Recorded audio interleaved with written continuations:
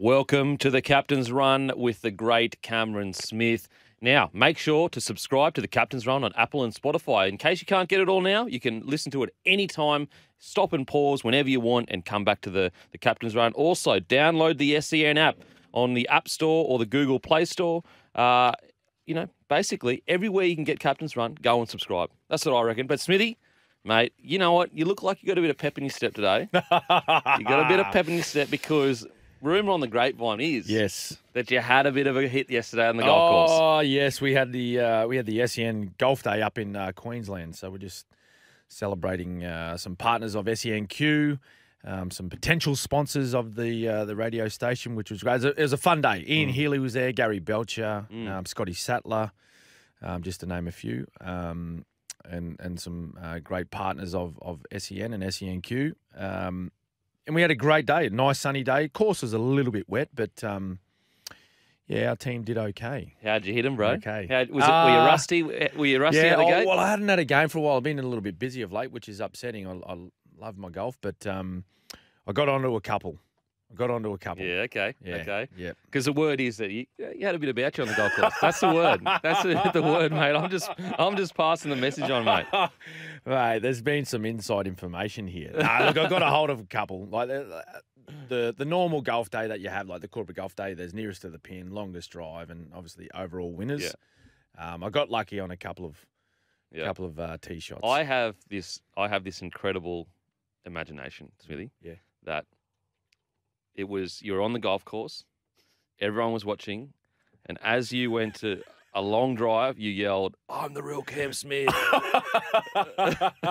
Did that happen? That did not happen. Although there was some gallery forming because I think word got around that Cam Smith was there playing golf. And I think they thought, "Oh, mate, the British Open winner, he's here. He's here." It's just little old me. The real golfer, the real Cam Smith golfer, he's here. But no, it was just they seen the old league player and they said, "Oh, mate," they just went back to the clubhouse. Yeah. Oh, just bloody Cam Smith. Yeah, Who cares? yeah. Who cares? No, it was a good day, mate. It was a good day. Well, absolutely huge week in rugby league, as we all know. Now, call in 1300 01 1170. We would love to hear your thoughts on all of the topics we're about to speak about, or text 0457 736 736, and we will answer your text messages. Bit on this week. Oh, mate. Holy. So we'll get to the biggest news. The biggest news of the week has been 7 Manly players have chosen to stand down this week due to religious reasons. Manly have decided to release a Pride jersey, which is celebrating LGBT plus, and I think it's also QIA plus, celebrating Pride basically and inclusivity. These 7 players have chosen to stand down as it's against their religious beliefs. We think that's why they stand down. We actually haven't heard a quote from them yet. Yep. But that's just an assumption. Now, it's been a massive, massive fallout, but I just want to think you're obviously a stalwart of the game. You've been a captain at a club, so there's many different angles you could see this. And now you're a fan of the game, but what are your thoughts on the whole situation, mate? I just think it's unfortunate, really, for everyone involved. The 7 choosing to not take part in the game tonight. I think it's unfortunate for the players that do have to go out and play tonight because you got to remember this is a huge. From a league point of view, and in the context of Manly's season, this is a huge game for them. It's 8v9. Yep. So the guys that still have to go out and play tonight, they're up against it now against a very good Roosters side who has found some form. But yeah, I look at it and just go, I just wish it would have been handled much better than what it's been done. I just think it could have been done so much better if the players were informed a lot earlier than what they had been. Like they were only informed, we're led to believe, only a couple of days ago. Yep. And these type of things can be like these one-off jerseys, and I've been a part of a few of these one-off jerseys when I was playing with the Melbourne Storm. Like we were consulted as a playing group about a jersey, and sometimes players were involved in the design. So we were sort of given sort of fair warning that there was a one-off jersey coming up, and if there was any sort of objections, if there was any, you could talk about them at an early stage.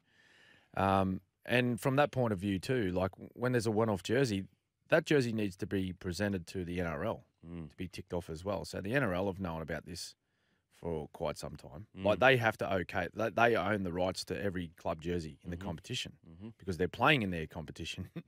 So they have to give their tick of approval sometime ahead of tonight's game. Yep. So there's been a lack of communication. It's just unfortunate now that we're having players, stepping down because of a certain jersey. From my point of view, like would I wear it? Yeah, I would, but I don't share the same religious views as these other guys. So and to then comment on whether they should be wearing it, I think that's unfair as well because you don't know what their beliefs are and how they come to that decision and what they truly believe. So if that's what it is, it is. And I think we all need to move on. I think the lesson learned from everyone is that this really needed to be handled better, and I think the players needed an opportunity to see and speak about this jersey much earlier than what they have. Yeah, no, I think that, even like little things like my own personal experience, and this is just curiosity, but like, the Indigenous jerseys, I want to know what's on the jersey, what's it about? Out of curiosity. Like, what's it about? Tell me about, does it tell a story? Yeah. And I know that's a different kind of angle, but it's in the same vein of like, I just want to know about the jersey. So I do think that it would have been much more preferential for them to be talk to, and maybe it would have changed their mind. Maybe it wouldn't have. We don't know. But I think it helps. It would have helped the situation. I will say, the positive for this community is we're having this discussion. Yeah. It had to have been had eventually, and we're kind of ripping the Band-Aid off in not the best way, but at least now the discussion is in the atmosphere. For example, I think Trent Robinson has come out quite strongly for the community. I think Vlandis has come out and said that he's considering even a pride round. And so, again, it's very easy for me to say as a straight guy that doesn't have to deal with any of this stuff. But the positive is we're talking about it. Yeah. And who knows, maybe we take a step further towards a good thing for that community next year. Yeah. So I don't know why Ian Roberts hasn't been put in front of the playing group. Well, apparently they reached to speak to them. Yeah, so they reached out to him, and he said he was keen, but then I think that just was nothing happened. It wasn't followed through. That's what I've read with his quotes or whatever. Okay. Which is, it's just strange because he's the perfect guy to do it. He's Perfect. He could educate. He's them the link between exactly.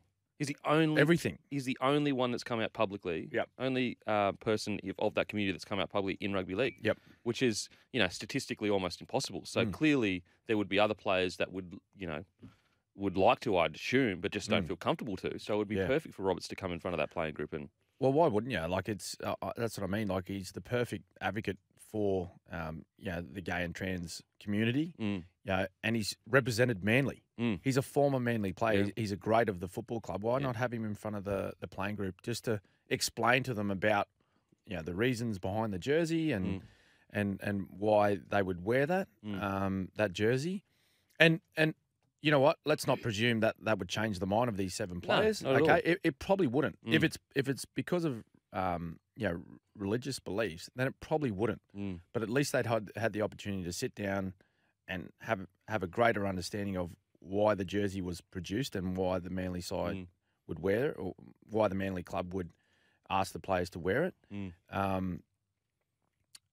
But yeah, I just think it just could have been handled way better. And the unfortunate thing about this, Kempy, is now it's almost hijacked. This is women in league round. I know.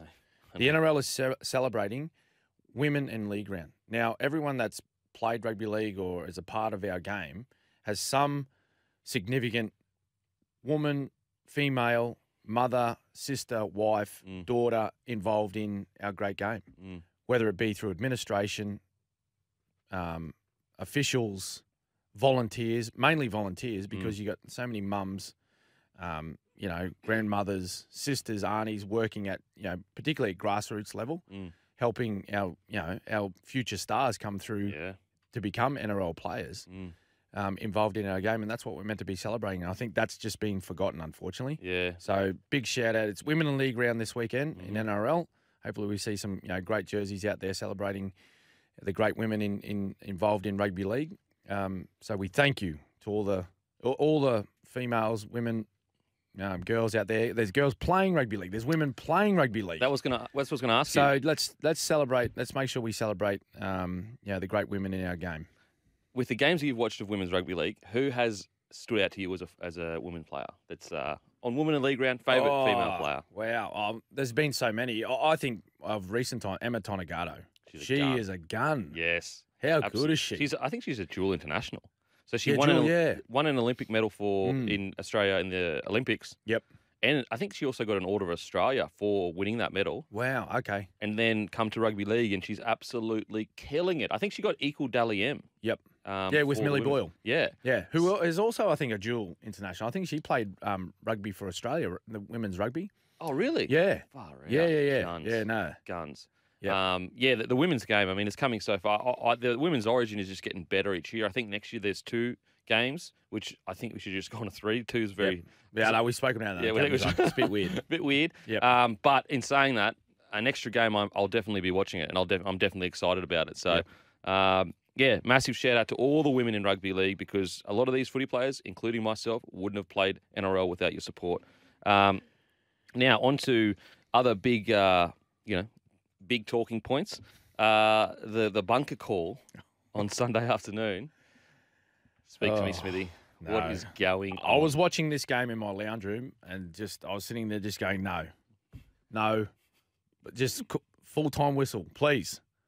The confusing thing was, one, I didn't realise you could have a captain's challenge off a restart without even a whistle being blown. Like they ran up to him and said, mate, we want to challenge that. Yeah. Like one of our blokes got knocked over, we want to challenge. And then they allowed it. It's bizarre. Is that being clarified? Is that a rule? Like, so basically, I'm not aware of this. Apparently there's a short whistle and a full-time whistle. Short whistle. So it's just like stop a play. Yeah, that one. Yeah. Okay. Yeah. Righto. And so apparently, now I didn't hear it. I heard it, but what I'm not understanding is it might have been from the stands. It's a Cowboys fan. Like, just finish the game.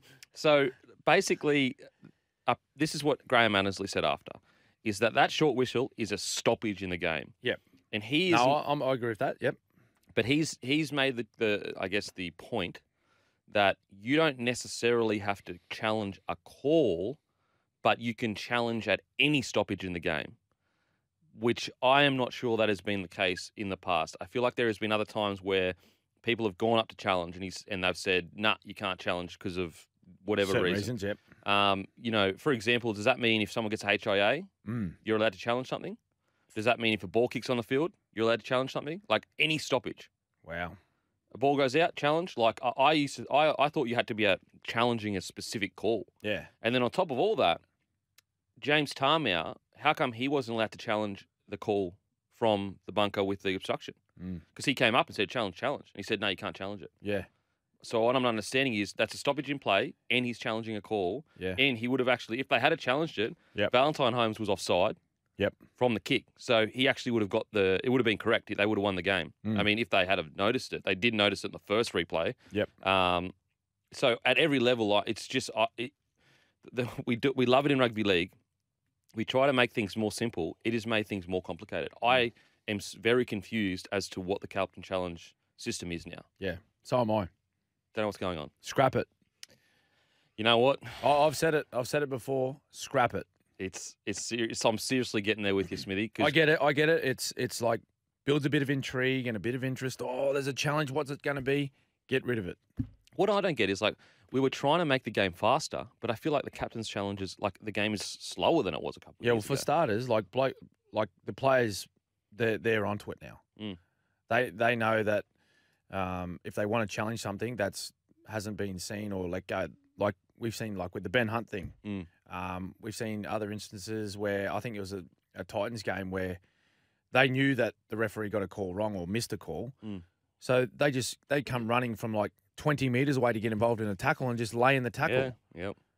So it's a 10-second tackle, which takes off, let's just say it should have been a 4-second tackle. So there goes 6 seconds of the game. Then the referee blows a penalty against the defender laying in the tackle, and then he stands up and says challenge. And then they go look back at, we want to go look back at that play back then, 30 seconds ago. Yeah. So I agree with you. Yeah, it's bizarre. Anyway, I thought it's a thing that we introduced. Like it was almost like a little gimmick. Like, oh, this will be fun. Yeah. Captain's Challenge, this will be fun. I don't know rugby league. Add a bit of intrigue, a bit of interest. We'll find a way. Get rid of it. Well, and they have. Yeah. Coaches and players have found a way now to manipulate it. And they're not breaking the rules. Yeah, they not. are playing within the rules that the NRL have gave them. But it's now changed our game. Yeah, absolutely. It's not as easy as just going, oh, mate, if you see something, grab a... Yeah. Like if yell out, Captain's exactly. Challenge. No, that's not. You got to stop the game. Yeah. You know what I mean? Yeah. And like, you're right. Like before it was when you actively saw something that you truly believed was the wrong call, that was what it was used for. Now it's being tactically used. Like, for example, the game, it's 5 minutes to go. You're up by 5. You've got a captain's challenge left. They just captain's challenge to slow the game down so that they win. Like, you know what I mean? So they get set. They're fatigued. Like, it's being used tactically. For other reasons. Anyway, we're going to head to a break. Make sure to call in 1300 01 1170 or give us a text 0457 736 736 and we'll see you on the other side. Welcome back to the Captain's Run with Cameron Smith. Make sure to subscribe to the Captain's Run on Apple and Spotify. Just head over there, type in the Captain's Run and subscribe and you can listen to us anytime. Also, give at SEN League a follow.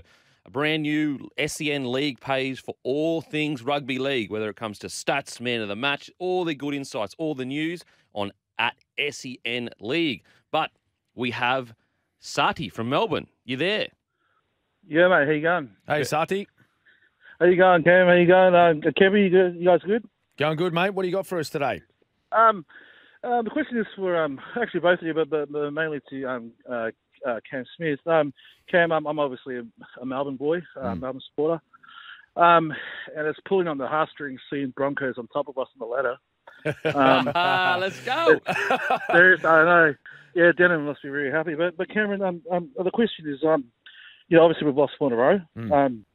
And if you were still playing, what would you be saying to the lads right now to get us up? Because I honestly still believe that we could make the GF.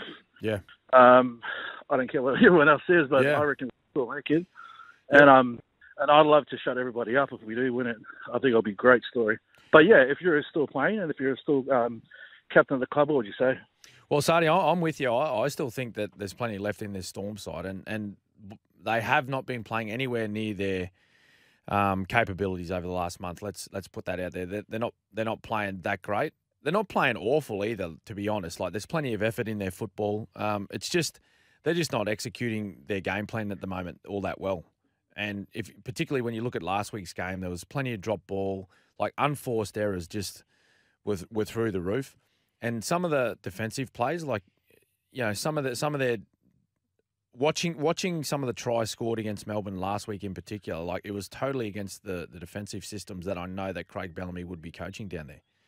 So they're stepping outside of their systems that they practice every day, and then individuals are missing, tackles that they should be making. And Craig said that as much, Sati, like after the match. It doesn't matter who's not there. Every player that's involved in their squad this year, like they are good footballers. They know how to catch a ball, they know how to hold onto the ball, and they know how to tackle. They just need to go out and get that done.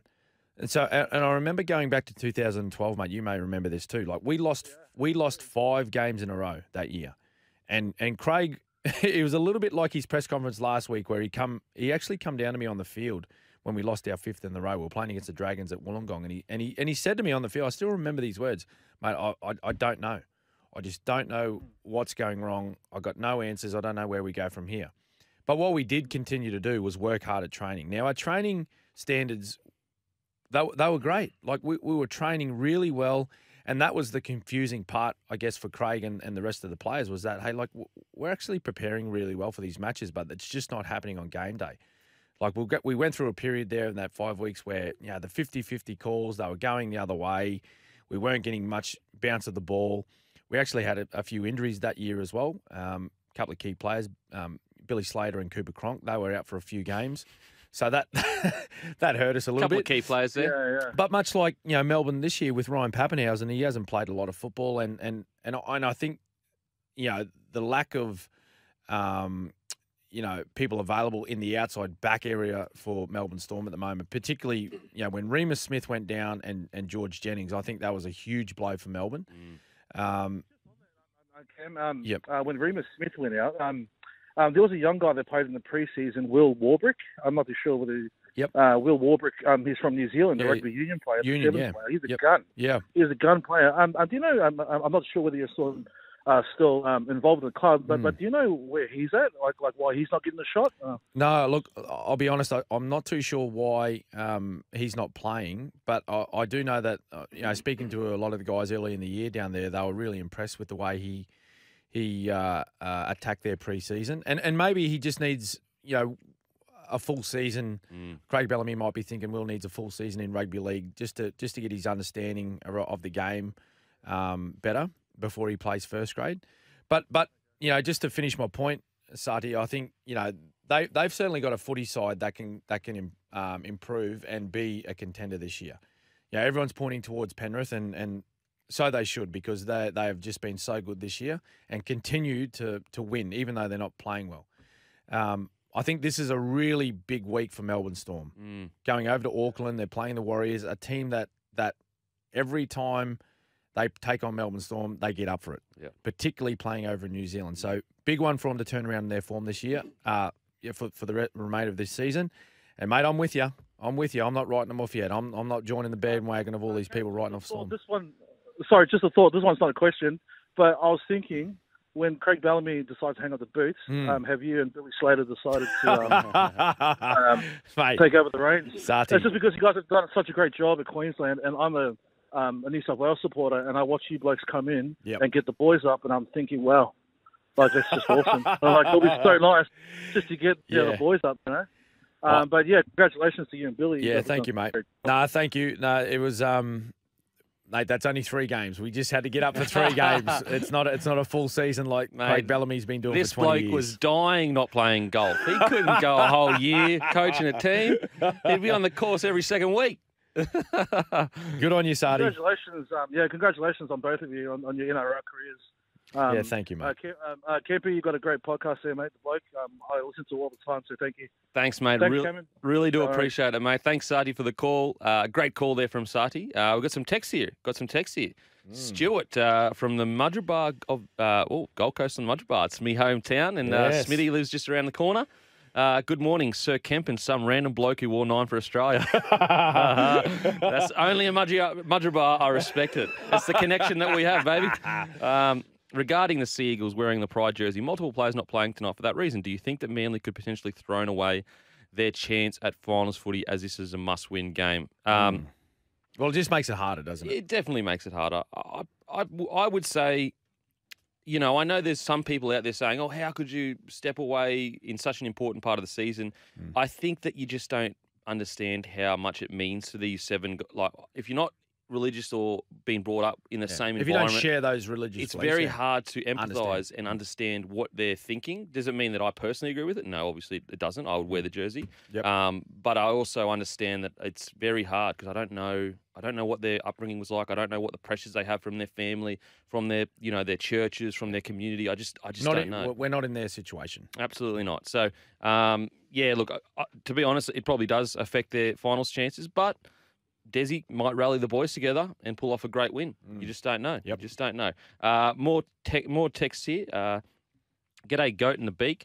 As finals footy fast approaches, who would you say has been the buy of the season up the mighty Broncos, Sean? Oh, buy of the season? Well, would it be Adam Reynolds?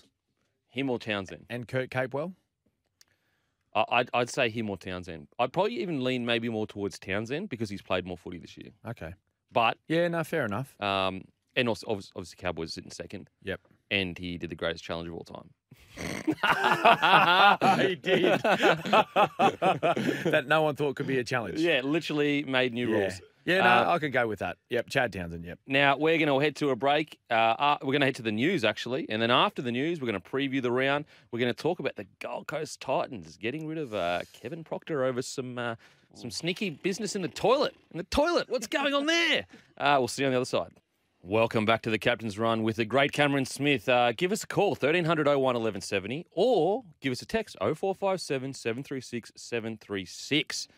Also, follow us on Apple and Spotify, The Captain's Run, or follow at SEN League, your brand new place on Instagram to follow rugby league news. But we have Adam from Penrith. You there, Adam? Hey, boys, how are you? Good, mate. How are you going? Good, mate, good. I just want to bring up the transfer system in the NRL at the moment. Mm-hmm. Yeah, go ahead, mate. So they've got a top 30 squad at the moment, and then anyone out of that squad can be transferred. I think they should change it so that only the bottom 5 in any squad can be eligible to be transferred. Obviously, they're not their top line players, and it frees up this.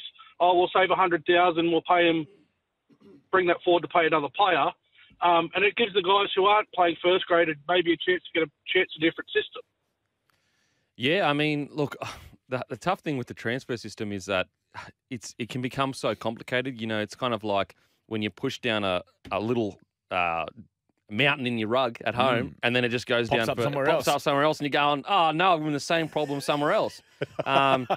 It's a really, really complicated situation. The transfer, I think, are you alluding to the fact that Nofoaluma is going to the Storm, or?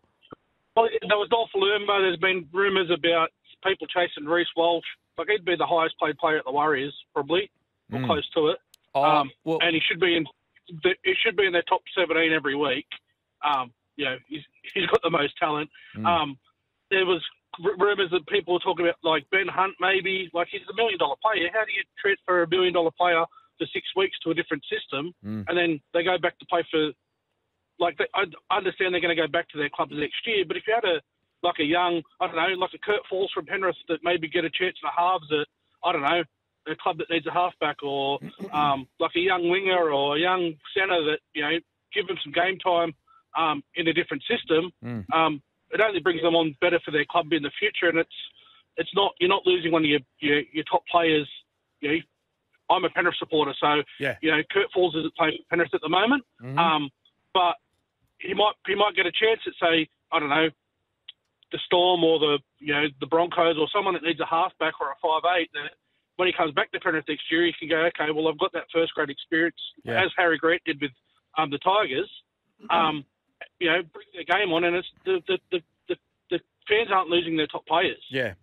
No, I totally understand what you're saying there, Adam. Like transferring a younger guy playing in reserve grade, but if there's an opportunity to go to an opposition club and play NRL football to help progress, you know, their future or their opportunities, you know, for their contracted club. So say you're saying about Falls leaving, you know, maybe playing 20 games like Harry Grant did. So Harry Grant left the Melbourne Storm, went and played a season at the West Tigers, and the Storm, we got Paul Momorowski in return. So, yeah, and that allowed Harry Grant to go and play, 25 odd games, I think, for West Tigers. Might have been a bit less that year to help him, get ready for NRL at the Melbourne Storm. He was winning Dally M for a while there too. Yeah, he was doing a really good job. But also, but I think if you look at the situation with Reece Walsh, right, and you talk about he's their most dangerous player, he's paid a lot of money at the Warriors. Well, he was benched. He was so if he's out of favour for whatever reason with the coaches and he's not playing football, like I don't totally disagree with other clubs inquiring about maybe getting a hold of him, particularly in the situation that he's in now. If he's signed with the Brisbane Broncos, the Warriors haven't had the best season and they're out of finals contention. So if the current coach of the Warriors is thinking, well, I want to get a young bloke in to play fullback to get him ready for next year, and Reece Walsh isn't going to get much time, or he's sort of like, well, I don't really want him to play. Yeah. Then why not? I totally get the fans being a little bit offside with that because they want Reece Walsh to play, but the fans don't pick the side, unfortunately. It's the coaches. So if someone's out of favour or they're out of form or they're not being picked, but he's like one of your marquee players, I'm not against at all other clubs asking for his services for a trade, because they may come up with a trade that the Warriors may need at that certain time. And I only say the Warriors and use Reece Walsh as an example. I'm not saying that should happen, but just as an example. No, I understand it. He was still part of their 17 last week and got on the field. Yeah. It wasn't like he was put in reserve grade and he's in reserve grade again this week. He's still playing, like he's back in the starting squad this week. Yeah. I think it was a bit of a slap on the wrist for, I don't know, maybe he's done something at training or didn't buy Stacey Jones a coffee or something. But he's back in the squad this week. I just think it opens up, someone that with a salary cap of $9 million, you can get someone for $100,000 at the end of the year who's actually $1 million player. I think it just opens up a big can of worms for the NRL and for the league. That's all. Well, I mean, we just got to look back to last year. We lost to Vita Pangai Jr., the Broncos, and the Panthers picked up a player that's easily worth $600,000 or $700,000 on their road into a grand final win. Premiership. I personally think, look, if all clubs. He was released his contract was terminated by the Broncos, and then Penrith picked him up as a free agent. No, I think it wasn't a loan. It was a permanent, but it was a mid-season transfer. It was a mid-season transfer, and they picked him up for unders. They picked him up for massive unders. So that's massive unders, yeah. So, but that's what I'm saying. Like that's what I'm saying with like you create even more issues then because it's like okay, well. It's not a loan. It's going to be for next year. And, Tavita Pangai Jr. wasn't there next year. He was he went to the Bulldogs, and I think he'd already signed for the Bulldogs. He had. And so it's just this really messy area because then some people would sit there and go, well, hang on a sec. It is a loan because he's not going to be there, and it's he's going for 6 games. Yeah, he's going for 6 games. He's going for massive unders, and he signed for the Bulldogs. So I understand what you mean where you say, the value-wise where you're sitting there going, well, hang on a sec. Like a great club can pick up a player that's already been paid, let's say they're on $1 million, $800K over their contract, and all of a sudden that their salary cap, you could argue if they took in that whole $800K is $9.8 million instead of $9 million. Totally get what you're saying. But if every club is equally able to do it, then it's kind of fair, I guess. Yeah. Yeah. No, I understand the point. I just think it's maybe something the NRL could look at. I follow a lot of American sports, so you can wake up in New York today and end up in Chicago tomorrow. Yeah, and, that's right. Yeah.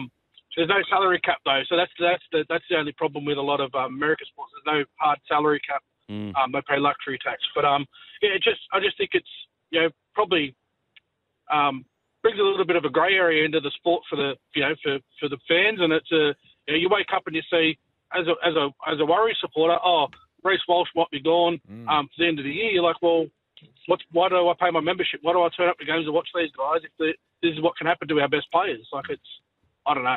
Yeah, mate. It's a great point. It's a great point. It's something that I do believe the transfer system as a whole needs to be sorted as a whole. But thanks for the call. Thanks, Fantastic Adam. Call from Adam. Thank you very much.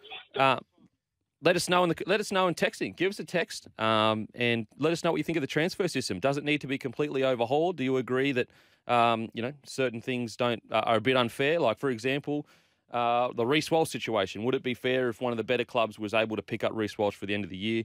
I think right now, if every club can do it, I think it is fair. Yep. But if it works for clubs, exactly like it did for West Tigers in Melbourne in 2020. Yep. Get it done. Like, let's say the Warriors could pick up not even a loan. Like, they loaned into Storm, but Storm were willing to go, well, to get such a player like Reece Walsh, you can actually sign one of our players early or something along those lines. There's different negotiation things. Now, we're gonna head to... No, we're not going to head to a break. Keep going. We're going to keep going. We're going to push through. We're going to push segment. Now, we've got some text here. We've got more text here. What do you guys think the rotation for next year at the Roosters will be like, especially if Verrills doesn't move on? Cheese, Watson, Verrills and Radley. Do you think Cheese would start at hooker and move to 13 once Watson comes on, give Inflictor a rest? Cheers, boys. No, I think he'll start. Verrills will start or Cheese will start? Cheese. Yeah, I think Brandon Smith will start. He's a big signing for the club. They've outlaid a fair bit for him to get him over to the tricolours, so I think he'll start. If he has a good preseason and he's fit and ready to go, I think he'll be there starting 9. And I think just for Roosters fans, I know some Roosters fans might be like, oh, his form hasn't been as good, and we may have signed him on a lot. I think that like people don't appreciate hookers' body shapes, and what I mean by that, I'm not saying body. I mean I appreciate body shapes, but what I mean by that hookers' is body shape. Be careful where you go here, mate. Oh my God! Now let me clarify. What I mean is that if Cheese is training as the dedicated number 9, Yes. for his team, he is going to be much lighter physically. Muscle mass is going to be much less. Whereas if he is training to be a 13, his muscle mass is going to be much higher. You know, for me personally, like as a winger, they're trying to make me bigger. Every year it was like they wanted another 5 kilos, another 4 or 5 kilos. Got to the point where I was like nearly over 90 kilos when in my best footy I was 82 kilos. Yeah. And so it has an impact on you, massive on the way impact, you play, especially in the number 9 role because you need to be mobile, you need to be fit. And so I think that with Brandon Smith, a full preseason playing at number 9, we're going to see his best footy at number 9. Yeah, and I think if they're thinking of using him in that sort of rotation of starting 9 and then coming off the field, let's say he might play 30 minutes, or even if he punches out the first 40. And then he comes off just after half time for a short spell, and they put him back in the middle of the field in the ruck, playing as like a 13. Yep. Then they just have to work out, his best weight or his physical, preparation to play both positions.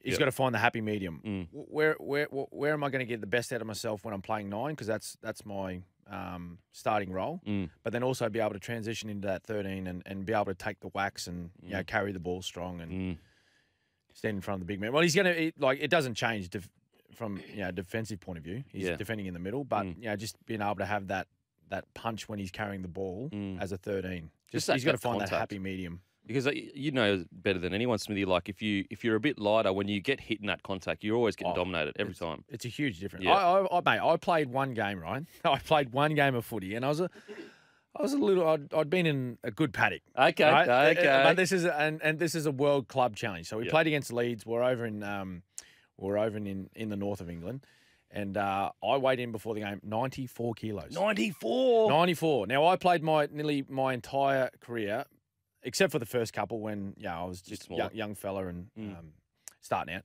Anyway, but I played majority of my career anywhere from sort of 88 kilos to 89 in that range. So let's say 89 kilos.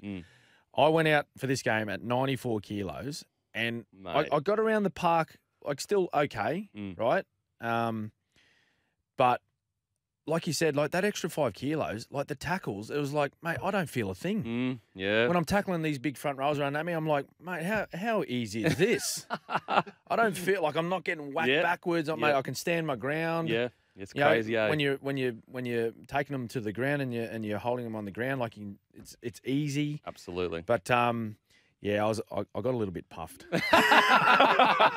It was the lungs blew out pretty quickly. I was just like, I don't feel overly comfortable. You were explosive hooker. You were known as explosive. Mate, I was dead set like Brandon Smith then. Yeah, good. We're going to head to a break. After the break, we'll get back to your text. Give us a call. Had a great call before. We want more calls like that with great insight from Adam. 1300 01 1170. Or text 0457 736 736. After break, we're going to talk about David Nofoaluma potentially going to the Storm. And also Kevin Proctor. What's doing there? See you on the other side. Time now to break down the best hands in the NRL. Thanks to Schnitz, the best hands in the schnitzel business. Welcome back to the Captain's Run with the great Cameron Smith. Best hands, thanks to Schnitz. I tell you what, I think I yelled holy Schnitz about 1 million times. We've got that segment later, but I tell you what, I can't stop thinking about it because snitties are the best snitties in all the land. But what are our best hands segment for this week, Cam Smith? We have. I'm going to give 1 point to James Tedesco. And he had an absolute blinder. Holy. Absolute blinder last week. 300 plus metres, scored a try, set a couple up, but it was his pass. When he took on the line, went through Adam Clune and the flick pass behind Adam Clune's back for Daniel Tupou, who scored his second try against the Knights. That's 1 point. Kempy, I've got 2 points. Joseph Suali'i. I couldn't believe how high this man got off the ground. Amazing. Like, it's just unbelievable. And he's starting to draw comparisons to Izzy Folau. Yes. Like his ability in the air. And they're apt comparisons, in my opinion. Yes. And this guy could, I don't know, like, could he go past Izzy? Well, Izzy only played our game for like a handful of years. So the year that Izzy left, he was one of the leading try scorers as a centre. That's how good he was going, and no one talked about it because he was leaving. And he broke. What he did was he broke the Storm's season try scoring record as Billy Slater. It was I think he scored 27 tries that year or something. The year he left, he scored 24. Well, there you go. So crazy, incredible. Joseph Suoli'i, he's leaping up of the crossfield kick, and then he's offloaded James Tedesco. I was talking about the try he scored, James Tedesco. Great combo they got there.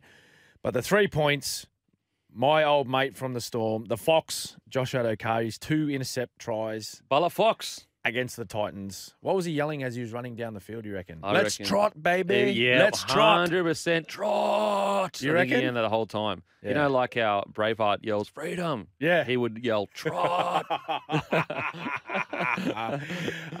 But there, 3 points to the Foxy. He's playing well, the Fox. Mate, he's actually, I checked out his stats. He's actually, having statistically the second best year of his career. There you go.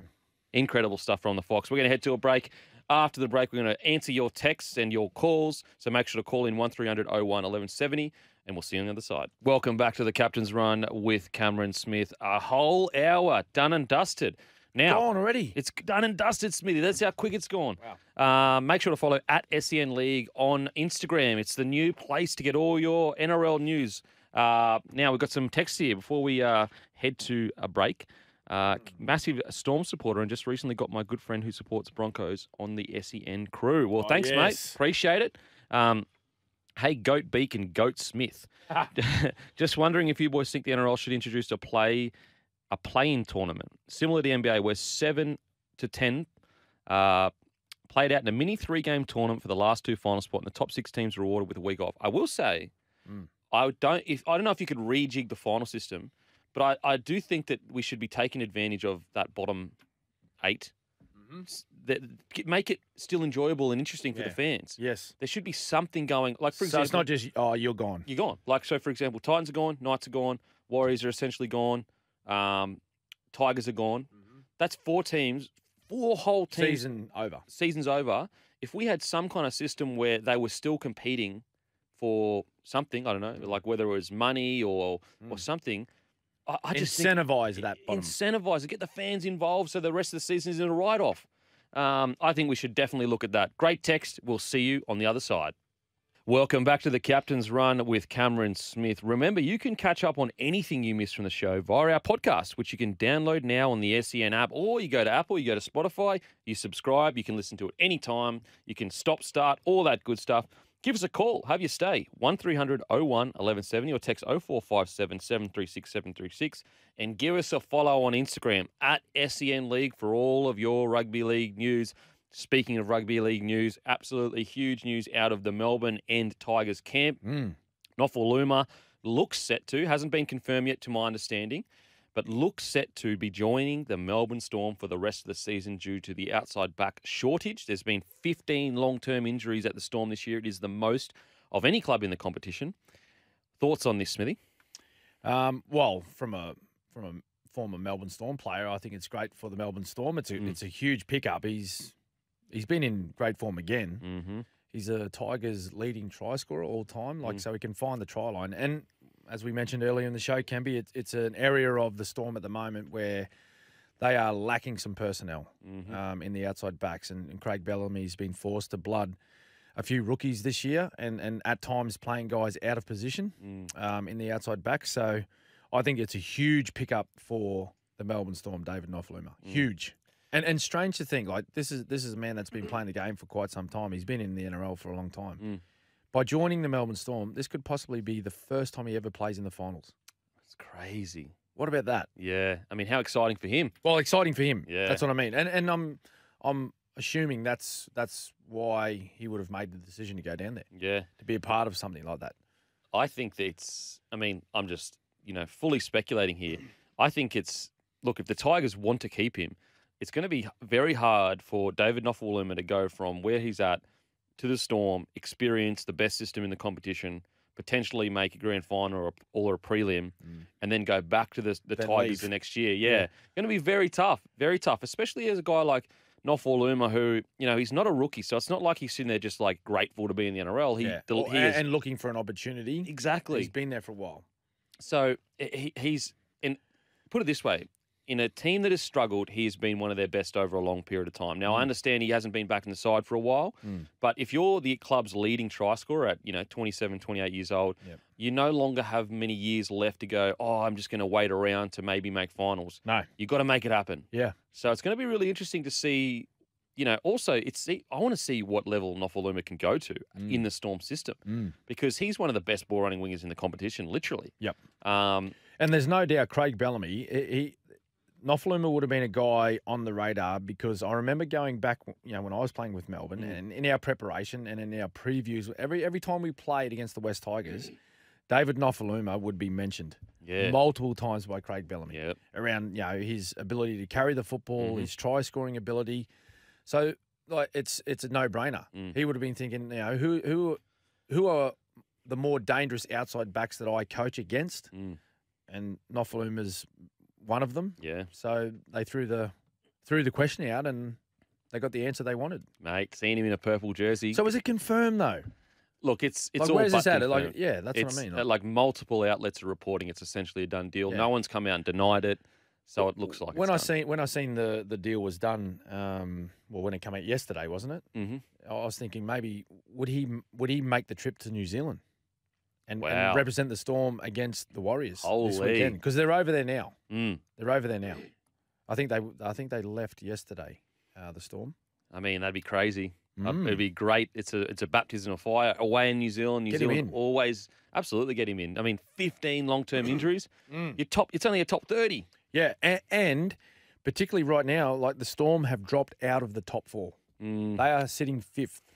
So imagine if they lost this one, Kempy. Now I know you're fist pumping at the moment because your boys have leapfrogged my boys. Yeah, baby. Who's sitting in for, Smithy? Who's sitting in for? I've got to take my wins where I can get them because you boys are always up the top. Bloody hell, you are always up the top.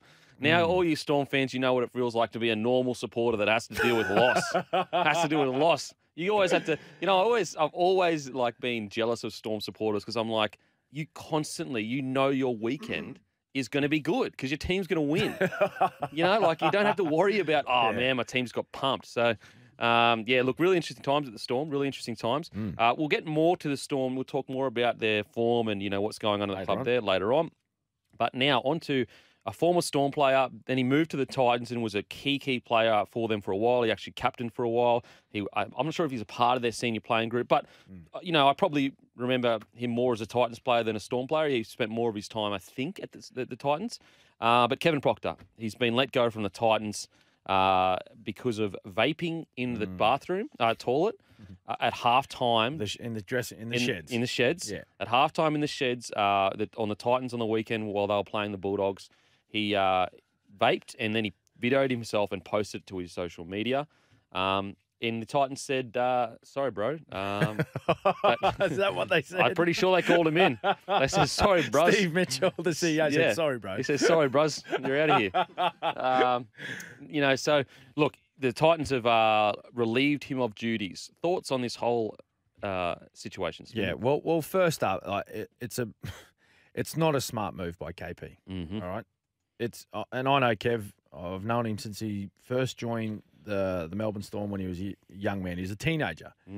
And, he's had his misdemeanors over his journey in the NRL. And, it's been a learning progress for him across that time. But he's smarter than what he's done over the weekend. He's smarter than that. There's no other way. It's a dumb move. It's a dumb thing to do. Yeah. Like to vape at halftime in the dressing sheds of your footy side, particularly with the scrutiny that the Titans are under right now. Yeah. Like they're underperforming. There's pressure on the footy team. There's pressure on the footy club. There's pressure on individuals within the organisation. Well, yeah, Jim Dimmick has just left. I think one of their high performance managers was let go.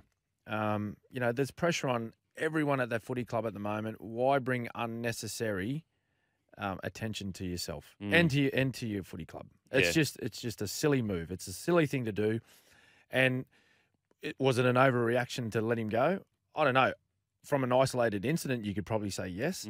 But maybe there's things that have happened, over a certain amount of time that no one knows about, and they've just said, well, look, this is the last straw. And that's what I earlier on this week on my podcast, I said, look, if it's an isolated incident, it's like, wow, that's a massive overreaction.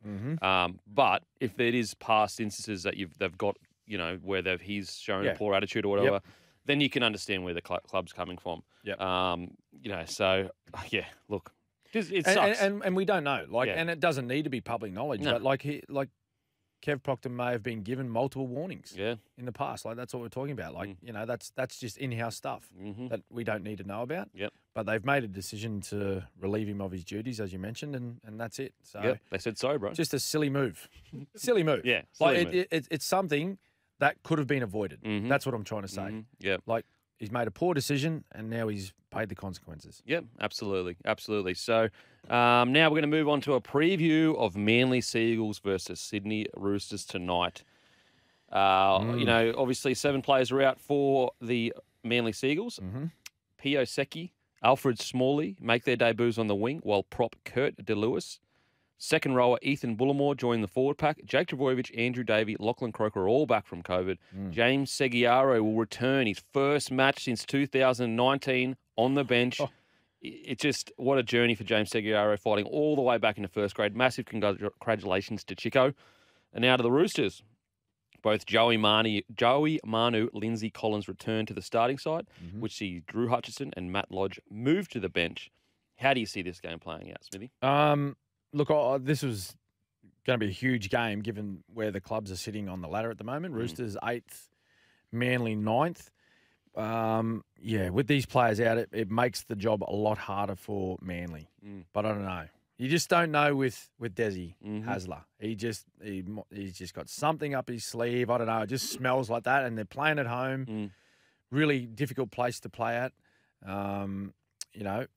First-hand experience. It's you'll be out there tonight. I'll be out there. I'm going out there. It'll be great to see. It'll be a packed house. I reckon it'll be a packed house. So, but look, I think looking at the Roosters and their performance just directly off last week, they look pretty good. Luke Keary back. He'll be better for the run. I think. Speaking with Trent Robinson after last week's game, he was really happy with Luke Keary and his return. He thought he was solid. Another week preparing with Sammy Walker. I think they're only going to be better. And with the way that James Tedesco is playing right now, it's just unbelievable. He's just unstoppable. He's carrying the ball like a front rower at times. He does the kick return, and then you'll see him pop up at play 3, and then you'll see him get into dummy half and have a run from dummy half. Yeah, it's just. It's just unbelievable. His fitness must be through the roof. Yeah, and we spoke last week too about potentially like those Blues players coming off a series loss and thinking, right, I want some personal and team redemption, going back to my footy club and let's get something out of this year. Missed out on the Origin Shield. I don't know. Maybe Teddy's got a little bit of that mentality right now. I reckon because he's playing enormous. I think really difficult, taking out those 7 players to replace those guys just for the one-off match. I think the Roosters will be too good here. Yeah, look, I think the Roosters are finally starting to click. Although when you look at their record over the last, 5 weeks, you would say, it's only, 2 wins, 3 losses or whatever. If you actually watch those games, it was against red-hot Eels, and we know how hot and cold the Eels can be. And then it was against the Penny Panthers, and they had a couple of calls that could have gone their way. Oh, mate, they could have won that easily. And so in reality, their last 5 weeks of footy has been top 4 quality footy. And so I think the Roosters are humming. I think Tedesco is about to just roll into one of those great patches of form that he has. And I think they get the job done tonight. It's just crazy to think that, Luke Keary, you've got Luke Keary. I like Luke Keary at 6. I always was a bit hesitant with him at 7 because I think we just assumed that he'd be able to play that. When in reality, when you look at the history, he had Cooper Cronk for the grand final. Not to say that Keary was incredible. I'm just saying that different people suit different positions. Then he had Flanagan the following year after Cronk retired. Well, he won the Clive Churchill, didn't he, in 18? Is that right? Yes, 18. Yeah. And then, so after that, this was basically his first full year as the 7, Keary that is. Yes. And so I think we just assumed that he was just already that 7, but I think he suits 6 more. I also think with Sam Walker, because he's young, we thought, well, let's put the experienced guy in number 7 and put the rookie in 6 so the experienced guy can lead the team around. But I think Roosters realised that Sam Walker he has to be the main guy. Yeah. He grew up playing as the main guy. He hasn't had any experience as playing there. Yeah, they play him, so put him there. Yeah. And I think that's going to work for him. Yeah. And when we talk about those players being out for Manly, like they're picking up that man that we spoke about, Joey Manu. Unbelievable. He is in such a purple patch right now. Like he picked up that calf strain or whatever a couple of weeks ago, and he missed last week, but he is playing so good. And it's going to be good to see. We get a look at Joey Manu playing in the centres with Keary at 6 and Walker at 7. So it'll be interesting to see how that combo works. Put it this way, I reckon if they can make that work, they can win a premiership. Wow. If they can make that... Well, I actually predicted Roosters to win the premiership at the start of this year. Did you? Yeah. So I reckon if they can Wow. somehow balance Tedesco and Joey Manu in the middle there, Yeah. I think they can win the premiership. Just get them in just to go 1-2 combos. Just run the ball. Yeah. The only problem is it's a fine line between that and being ruining structures. Yeah, that's right. You know, if Joey Manu was taking a run every second hit up, you're pretty much every set will be Tedesco Joey, Tedesco Joey, and you won't get any structure. And then they also get Lindsay Collins back too, who is a beast. He is such a good player. Like one of Queensland's best in the Origin series this year. Big in for them. You look at them last week. We talk about their form at the moment. They're getting Joey Manu back, one of the best players in the comp right now, and Lindsay Collins, one of the form front rowers. Like they're a strong outfit. And he obviously won this series this year, but he was massive for the worst team. In quotation, 2020. He was huge in 2020 for us. Yep. We're going to head to a break. After the break, we're going to preview the NZ Warriors versus the Melbourne Storm. And also, we're going to speak to Smithy. What's going on at the Storm? Is it time to worry, or is it, the Storm have a history of when their back's against the wall, they fight very hard and get the job done. We're going to head to a break. See you on the other side. Welcome back to the Captain's Run with Cameron Smith. Make sure to follow at SEN League on Instagram and follow the Captain's Run on Apple and Spotify. Call in 1300 01 1170 or text 0457 736 736. Now, Smithy, on to your boys. The New Zealand Warriors versus the Melbourne Storm. 6 p.m. Friday night at Mount Smart Stadium. New Zealand Warriors, Reece Walsh starts back at fullback. Very puzzling, that decision straight away, putting him back at fullback. Chanel Harris-Tavita returns to 5'8". DeJean Assi is out of the 17. Jesse Arthurs is out with an injury, which I actually think is a massive loss for them. He's probably their best defensive centre. Marcelo Montoya moves to the centres and Eddie Cossie to the wing. Melbourne Storm team news. Craig Bellamy has named an unchanged starting 13, while Jordan Grant is a new man on the bench in place of Tom Eisenhuth. I don't even think Bellamy has players to make a change. No. Speak to me, Smithy. What's going on at the Storm? Well, first up, you got to acknowledge there's a fair few injuries. I don't think they've faced an injury crisis like this in Craig Bellamy's tenure as coach. But, he won't shirk it. And he always, when you hear him talk, it's not about who we don't have, it's about who we have and expectations around those players going out and performing. And that's as simple as it gets. Yeah. And at the moment, the team's not performing. They're just not performing. There's plenty of effort. Yeah. And that's a great sign. I reckon you'd be more concerned if they were lacking effort in particular parts of the game. But they're showing a lot of effort. They're just the execution in their football is just not there at the moment. With simple drop balls, particularly unforced errors, like drop balls into play the ball, passes going to ground, this type of stuff. It's attention to detail. It's something that the Storm have been so good at for a long time. And when you hear people talk about Melbourne Storm say, that was an unstorm-like performance, that's what they're talking about. Yeah. Is that they've been so clinical for a long time. You got to remember, it's a very looking Melbourne Storm side now. They've gone through a lot of change. Massive a change. lot of change. So you can't compare apples with apples. It's a very different Storm outfit now. But that doesn't minimise the standards that they have there. And Craig Bellamy wouldn't have. He wouldn't be training any different now to the way he would have trained the team 10 years ago. Yeah. Slight changes, obviously, because the game has moved on. It's Technology, progressed. science, all that kind of stuff. He's progressed as a coach. But what I'm saying is, the general training principles that he's had from the very beginning, he'd still have now. And that's all about working hard, being very good at the basic principles of rugby league, and that's catching the ball, holding the ball, and tackling. Yeah, being aggressive. Tackling. Yeah. Make your tackles, hold the football.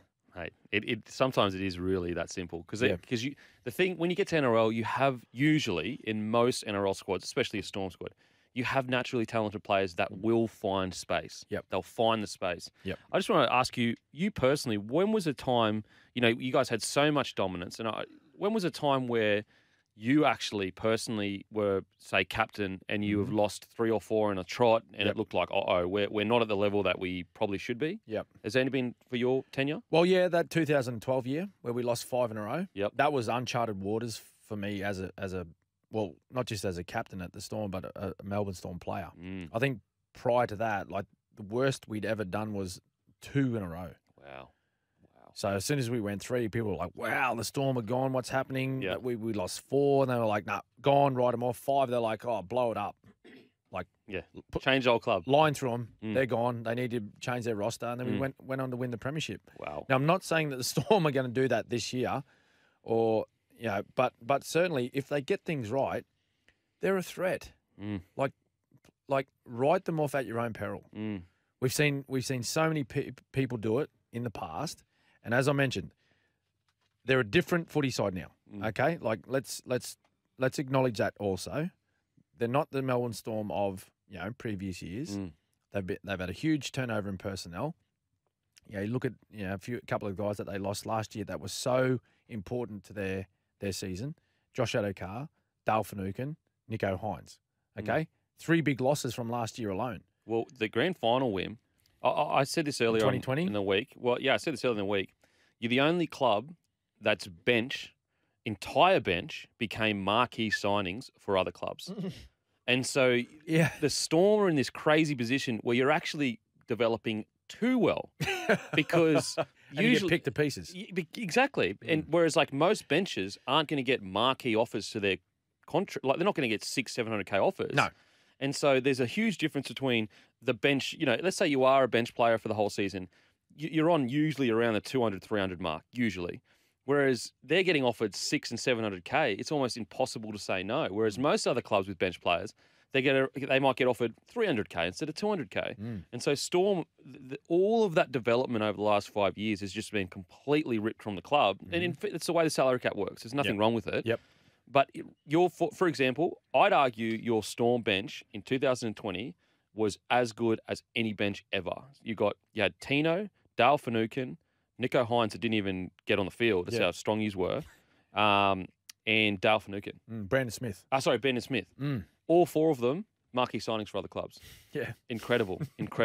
And I've said it a million times before, Craig Bellamy is the greatest development coach of all time. There is no argument about that. Yeah, and the way out of it is, and I think we've had a few callers, a few text messages from our listeners asking me about what would I be doing there.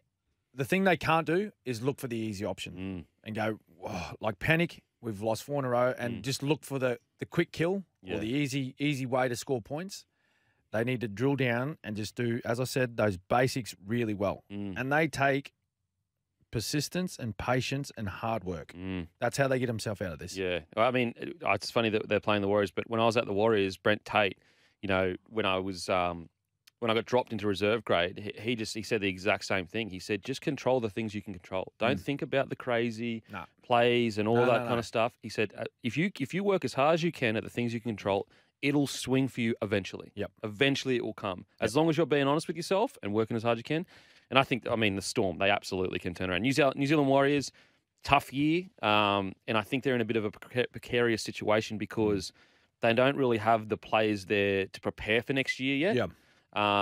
So hope they are at Mount Smart Stadium. They're going to come out with a lot of vigor. I think it's just going to be a cracking match. Yeah, it's good to see Reece Walsh back at 1. Absolutely, smart move. Absolutely. Now after the break, we're going to break down which young players are climbing up the Bailey ladder after 19 NRL rounds. See you on the other side. Worksite trusted for over 60 years. So if you're a tradie that needs a worksite ladder, go to Bailey Ladders. They'll get the job done. They've been around forever. They'll pass all the requirements, and they're sturdy and gonna last. Bailey Ladders.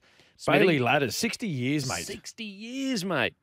Who we got here climbing up the Bailey ladder? Crazy. We've got number 1. Yep. No, so number one, our first nomination, Jojo Fafita, in just his second NRL game, 19 years of age, mate. 19 years. One try, ran for over 15 metres, 2 tackle busts, 1 line break against the Doggies. Mm-hmm. That's in a losing team. Yep. Fair effort, that. I love his aggression. He's really good in contact. He's energetic. He's exactly what they need as a club right now, is energy. Asu Kapoa, he was famous for a lot of wrong reasons in this game. Was he the one that nudged? He was going back to the ball? Yes, I think so, unfortunately. Yeah. Poor fella. He played well. Yep. So in a losing side, he's only 22, had a try, ran for over 120 metres, 1 line break against the Cows. They were fantastic, the West Tigers. They were. Now, you could probably say, the Cowboys were like, we're playing a team coming last, like we'll be okay. We're second, we're playing at home. But I'll tell you what, West Tigers, if they play like that every week, and that's the thing, hey, consistency. That's what we always talk about. That's the difference between the good sides and the sides down the bottom of the ladder. Like they can play good footy. They just can't find it every week. Yeah. Well, they were super impressive. I totally agree. And you're right. The difference between the best and the worst. I mean, the difference between the tippity top that win a GF, I think, is your roster. But the difference between finals footy and not finals footy is consistency. Yeah, easily. But Asu Kapoa, great game for him, for the young man. And number 3 though, so Sammy Walker, playing against the Knights last week. He's still only 20. Samuel. Yep. He was a part of the Queensland Origin squad this year. So he had 2 tackle breaks, 2 line break assists, 3 try assists against the Knights. Wow. That's a good effort. First game basically at 7 with Kiri at 6. Again, it just shows you. I just think that he's played his whole career as a 7. Yeah. Keep him there. Keep him there. No need to change. And I guess, it's easy for me to say, but back him. Okay, yeah, he's a bit younger, but, back. And Trent obviously has, but, that was thanks to Bailey Ladders bringing safety and efficiency to the work side for over 60 years. 60 years. Long Incredible time. stuff. Incredible stuff. Now, on to the Parramatta Eels versus Penny Panthers. Friday night, Combank Stadium. Bryce Cartwright returns on the bench in place of Jacob Arthur. Penny Panthers team news is Stephen Crichton and Jerome Luai are out with injury. Replaced in the side by Robert Jennings and Sean O'Sullivan. Charlie Staines has been added to the bench in place of the injured Mitch Kennedy. Interesting as well, Nathan Cleary hasn't had a different halves partner since 2019. It's about 1,000 days. And it was James Maloney. Jimmy Maloney. That was his last halves. The rat. The absolute rat. pest. Big rat. Could win a footy game, though. Oh, mate. Honestly, he's the epitome of like, just got to score more tries than you let in. Yeah. Like, seriously. So every time he's played with Luai? Yeah. Since that 19? Yeah. I mean, unless the stats that I'm reading are incorrect, but I'm pretty sure it's since 2019. Yeah. No, I'm not saying it's wrong. That's a long, long time. But anyway. How long is Luai out for? We're hearing he may not play until finals. Yes. They reckon is that on the mark? Roughly 6 weeks. That's the reported. For a knee? Medial, I think. Medial. Yeah. Okay. Wow. Okay. That's big. But capable replacement. Sean O'Sullivan, he did the job of start of the year. When Cleary wasn't playing, he didn't play the first 3 rounds. Yeah. He was recovering from his one every game shoulder surgery, and he played well. He actually played really well. He just steps straight into that system and gets the job done. No worries. Big one for Parramatta. They've been really disappointing for mine the last couple of weeks. 2 weeks ago, they played against the Warriors at Combank, and they did what they had to do. That's all they did. They really, it's like they turned up and thought, we're a better footy side here, and we'll get through it. We'll get through the game, do what we have to do. And there was a point in time there where the Warriors, they actually looked like they started to gain control of the footy match. But they come up with a couple of errors at crucial moments, and it just gave control back to the Eels, and they end up winning comfortably. But last week, they turned up and it looked like they had the same mindset against your boys, the Broncos, and the Broncos gave them a lesson. Yeah, Broncos play with way more energy. Their attitude was aggressive, and they went at them. And it was like Parramatta was shocked. They just didn't know what to do. They did what Para Eels have done to teams in yesterday. Like, when the Eels are going well, they shock them with that aggressive nature from the forwards. And it's confusing, right? Because they were so good. They were so good in the first half of the year, like they were last season. It's a replica of last year. It's like they forgot how they play well. Yeah, it's bizarre. When you see Parramatta play well, and let's not forget, they're the only team in this competition that have beaten both Melbourne and Penrith this year. Mm-hmm. So, like, would you not look at those games and go, right, what did we do really well? Yep. Let's do that every week. Because if it's good enough to beat Penrith at home, they beat them at Penny Park. It's the only game they've lost in, like, the last, I don't know, Forever. 5 years or something. Crazy. And we've beaten Melbourne. Like, surely that's good enough to beat every other team in the comp. And I know you've got your little changes that you have from week to week with different football sides that you're playing. But from a general game plan point of view and a mindset with the way that you play your footy, if that's good enough to beat Melbourne and Penrith, that will beat every team. Surely. But so now, like, it's just like it's like they're not playing football. They're just going here, mate, get it down the field for us. They're just waiting for their teammate to do the job. It's bizarre. It won't happen for them against Penrith playing that way. Yeah. No, I totally agree.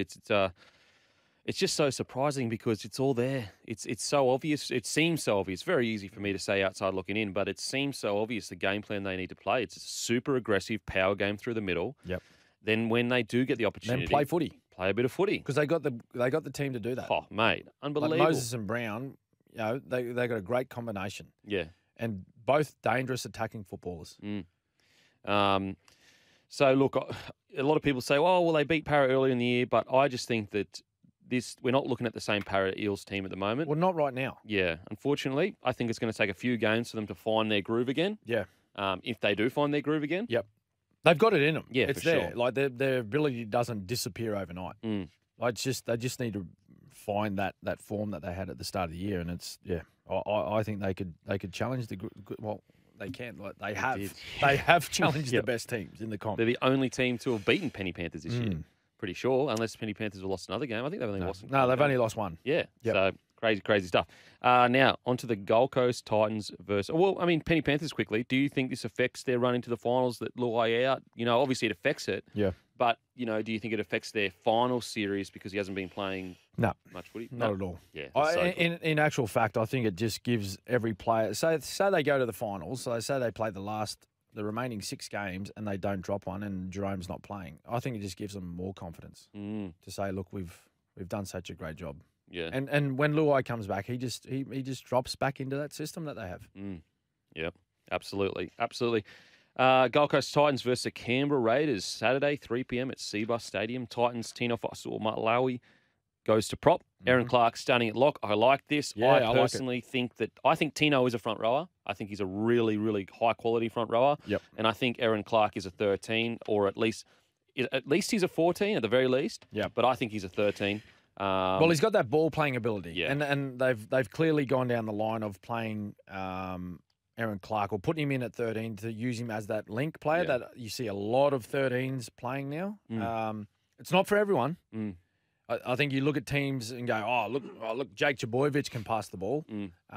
Or, you know, you've got other players that playing like say, a Patrick Carrigan. Yeah. He can pass the football. Let's just put all right, if you're playing lock for us, you got to do that. Yeah. Not everyone can do it. No. Like those guys. Yeah. But certainly Aaron Clark, like he's played a bit of dummy half. He's got the passing ability.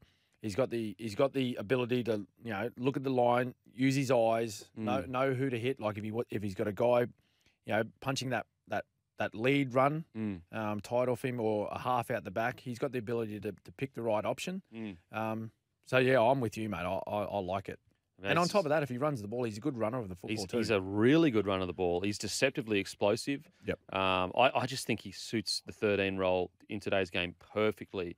And I also think it is one of the things the Titans are lacking is that when you have that link man there, it just creates so much more space outside. Yeah, there's more threat. Way more threat because you force the men in the middle to be honest and stay square. Yes. Whereas if you've just got a big fella that they're like, mate, he's clearly passing. He's not got no delicacy whatsoever. Yeah.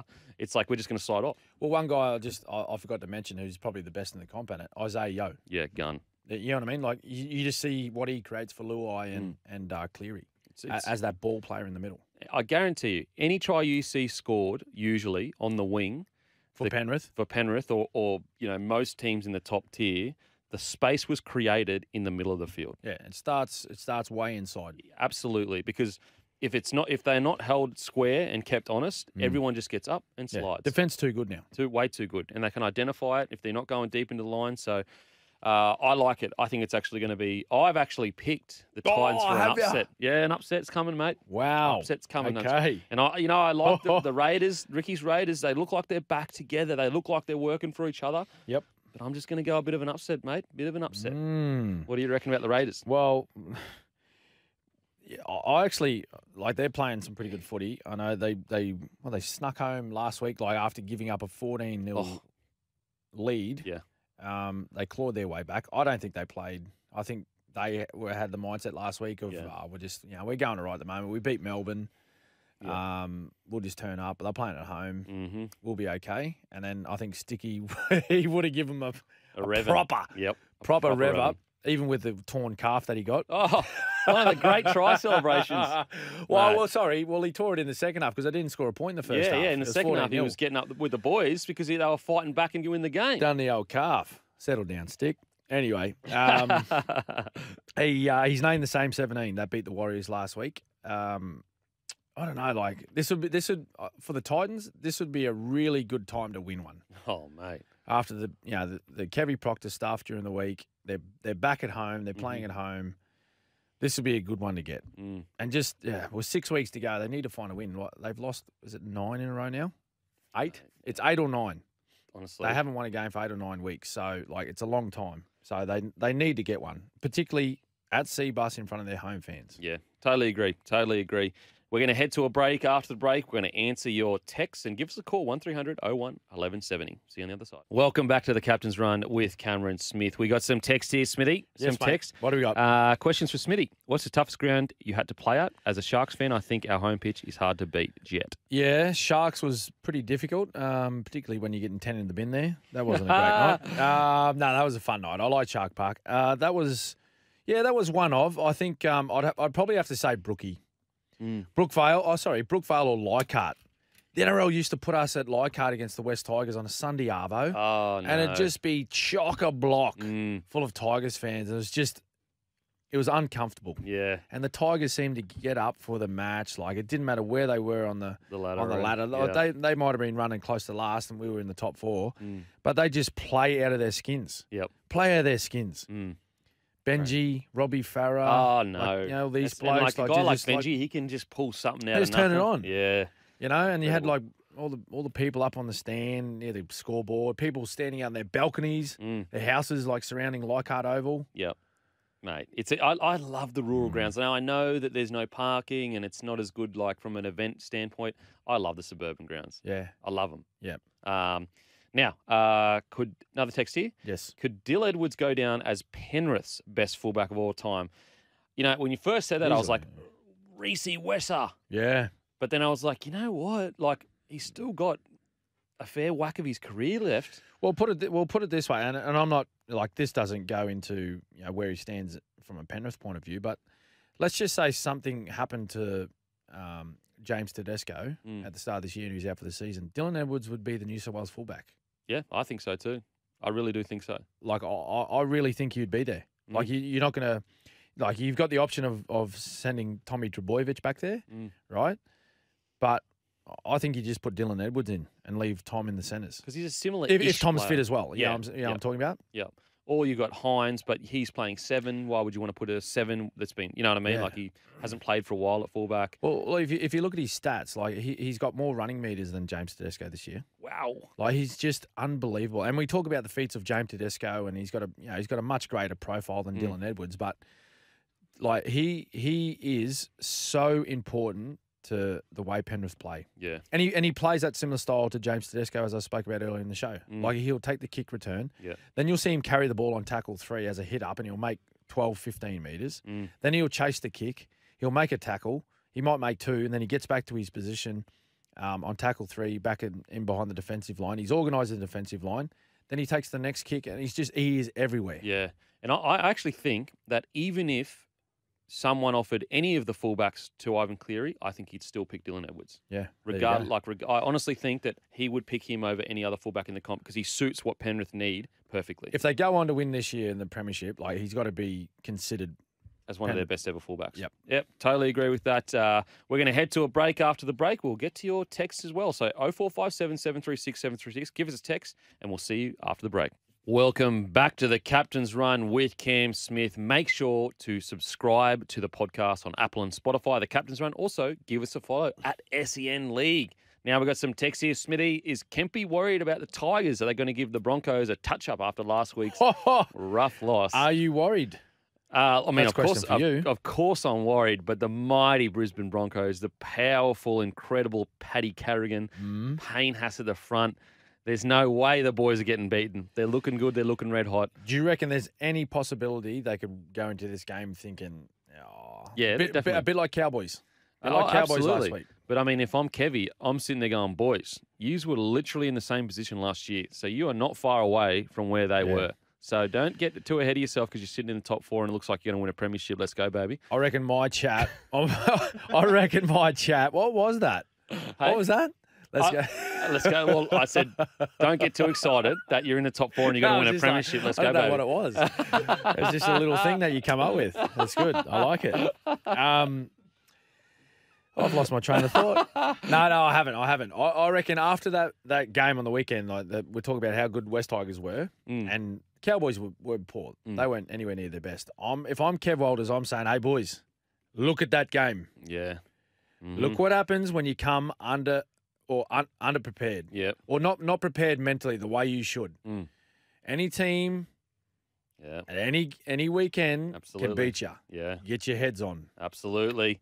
It's going to be a great match. Cannot wait. We're going to head to a break. Then after the break, we're going to continue previewing the round and answering your texts and calls. Welcome back to the Captain's Run with Cameron Smith. Now, Kempy, sorry, mate. Sorry to cut you off. Let's sorry go. to cut you off. We've just got a text. Hey, Goat and Smithy, rumour has it that Kempy's brother was a better athlete and soccer player than the big back in the day. Some may say he could have switched codes to rugby league. Can Kempy please confirm or deny this? Cheers, Camo. And he's got hashtag Mudgy Love. Wow. The cat's out of the bag now. The cat's out of the bag now. True or false, mate? It's really interesting because it's an interesting one because my brother and I still, like, we have very different body shapes. Like, I was more probably aggressive and a slower first 10 metres and a faster top speed probably. Yes. But he had a faster off the mark. And also he had much better, like, a deft touch in soccer. But actually, and I'm pretty sure the record still stands, we both have the record for, like, the Gold Coast Athletics. Yes. The exact same time for the 400 metres. It says S Kemp, D Kemp, 104.4, like, when we were, like, 9 years. So he broke it. Yes. And then I equaled matched it. And so whose name sits on top, though? He's probably because it's first. Okay. He actually went over to England for soccer, and I was going to follow him. And the big reason why I did switch to league was because when he went over there, he got offered a contract from, I think, Norwich. Wow. So they were playing in the Champions. It was just under Premier League. Yep. And he realised, like, he was homesick. He just wanted to, he just wanted to get home and be around his family. It was very, very tough going over there, literally as a 17, 18-year-old, just straight to England with no connections, didn't know anyone. So anyway, so when he came back, that was like a thing for me of like, well, my plan was to go and be with my brother over in England and try myself. Yep. And so that was like, well, maybe I should play footy instead. So he was an incredible soccer player, absolutely. And athlete-wise, he was a state champion, all that good stuff. Who was better? Who was better? Come on, mate. Answer the question. At soccer, I think that he probably would have gone further at soccer. Okay. And I probably think that I'd be a better footy player, but just because like I enjoyed that side of it more. I mean, he still enjoyed it, but I just think I was more suited to footy. But I think he was a better soccer player for sure. There you go. There's my last story, guys. I'll see you next week. Great question. Great question. Good insight. Now, apologies for wasting the listeners' time. We will speak about something that matters. And what matters is the massive game between the Sharkies and the South Sydney Rabbitohs. 5:30. It's our game of the week, Kempy. Yeah, game of the week, thanks to Suncorp Car Insurance. Get award-winning car insurance with Suncorp. I mean, I tell you what, it is a game of the week for sure because this is going to be a cracking match. The Sharkies versus the Rabbitohs. What do you got, Smithy? Dale Finucane out. Big loss. What are your thoughts on the Finucane situation? It's a G up. Yeah. It's a G up. Yeah. It's accidental head contact. And I know this is a lot of people have different opinions to mine, but like it's a high speed contact sport, rugby league, and sometimes things go wrong. Okay, sometimes things go wrong. I just don't think you can place so much responsibility on a defender. Like they accused him of not having care for the ball carrier in Stephen Crichton. Well, that's my whole point. Like, what sport are we playing? I think it's a really slippery slope that we're going down if we're going to suspend players like Dale Finucane for tackles that he made on the weekend. Now, you go out there, and there was clear intent in what Dale Finucane was doing. Like he said so himself. Yeah. Like he said, like it was a crucial part of the game where we were down. We needed to try and put pressure on Penrith. He seen an opportunity to go out and try and enforce himself onto Stephen Crichton. And he was aggressive. It's the way he plays the game. Every player needs to play the game aggressively, because if you don't, you won't get picked. Yeah. It's a simple fact of rugby league. Absolutely. Now, I understand around player welfare, and particularly now with head injuries and the importance of looking after players' welfare. I get that. And I'm on board with that. I think everyone involved in rugby league is on board with that. But I am completely at a loss to understand why a player can be suspended for an accidental head contact. And the thing is, the referee didn't see anything wrong with it. The bunker didn't either? The bunker had multiple opportunities to look at it. They seen nothing wrong with it.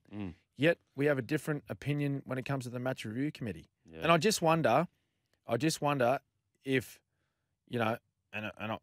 I'm just tossing this up there. I'm not saying this happened, but like, were they told to charge Dale Finucane just because of the look of it? Yeah. Now, and this has been said multiple times, and we don't want to get bogged down in this. We want to talk about the game. But if Stephen Crichton bounces up and he doesn't have that laceration to his ear, Dale Finucane doesn't get charged. Yeah, it's a good point. You know what I mean? It's a really good point. And it's just, I can't believe it. And I agree with Dale by saying this has set a precedent, and I'll say it again. We're going down a slippery slope when we start suspending players for accidental head contact. It's a part of our game. It's a part of our game. And unfortunately, right, our game is not for everyone. Yeah. It is not for everyone. And if we're thinking about, we need to protect, like our juniors and our mums and dads wanting to put junior players in there, we have rules in place. We have specific rules in place for junior football players, junior rugby league players, boys and girls, that protect them from those types of tackles. Okay. We have safe play rules. Young children up in Queensland now, they have a no tackle policy through under sevens, where they actually they're learning to defend properly, proper tackle technique. So then they transition into a game where they start tackling. Oh, okay. So they still learn to tackle, they just don't play tackle. They learn at training, but they don't play tackle. Just to introduce them into the game of rugby league, so everyone feels safe and they feel good about playing rugby league.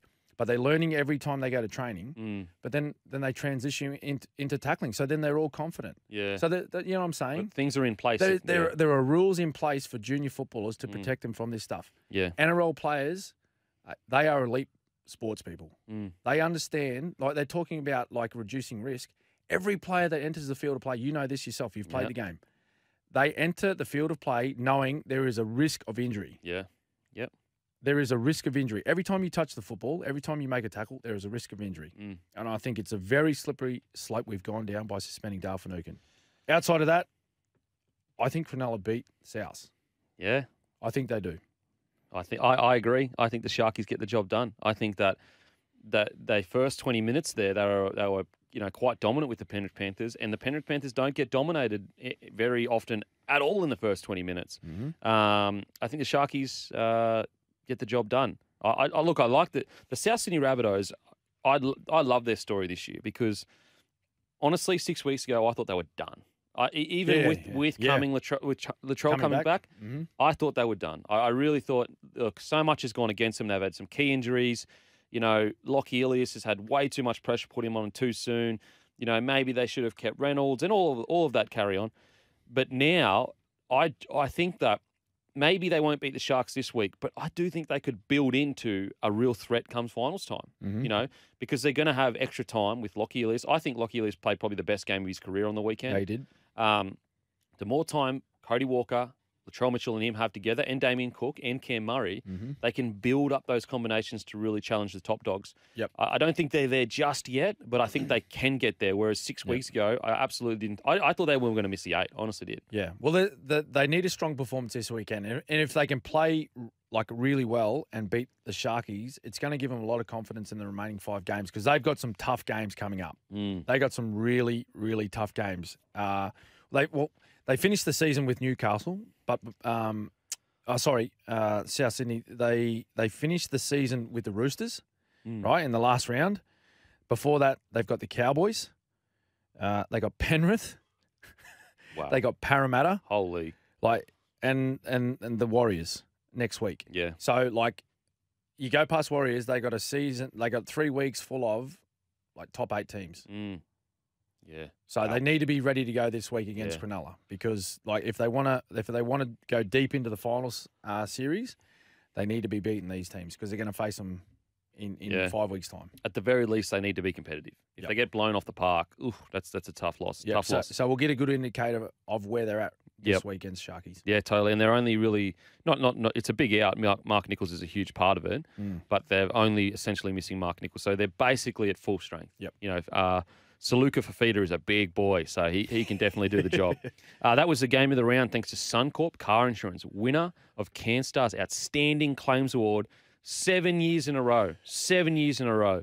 So it's easily some of the best in the business. If you need car insurance, go to Suncorp and get some car insurance with Suncorp. Now, on to the next game, the Brizzy Broncos versus West Tigers. Yep. Cowboys still out with Billy Walters' return at hooker, pushing Jake Turpin to reserves.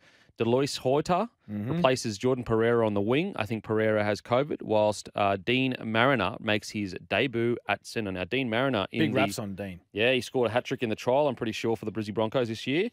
The good thing about the Broncos is they're in this position where they're really bringing in, guns, whereas there was a couple of years there where we were bringing in players that really weren't ready for first grade. The Tigers, Alex Seyfarth, comes into the back row for Luke Garner, which is the only change to the starting 13. Austin Diaz is the new man on the bench. How do you see this game playing? Oh, well, you wouldn't change, would you?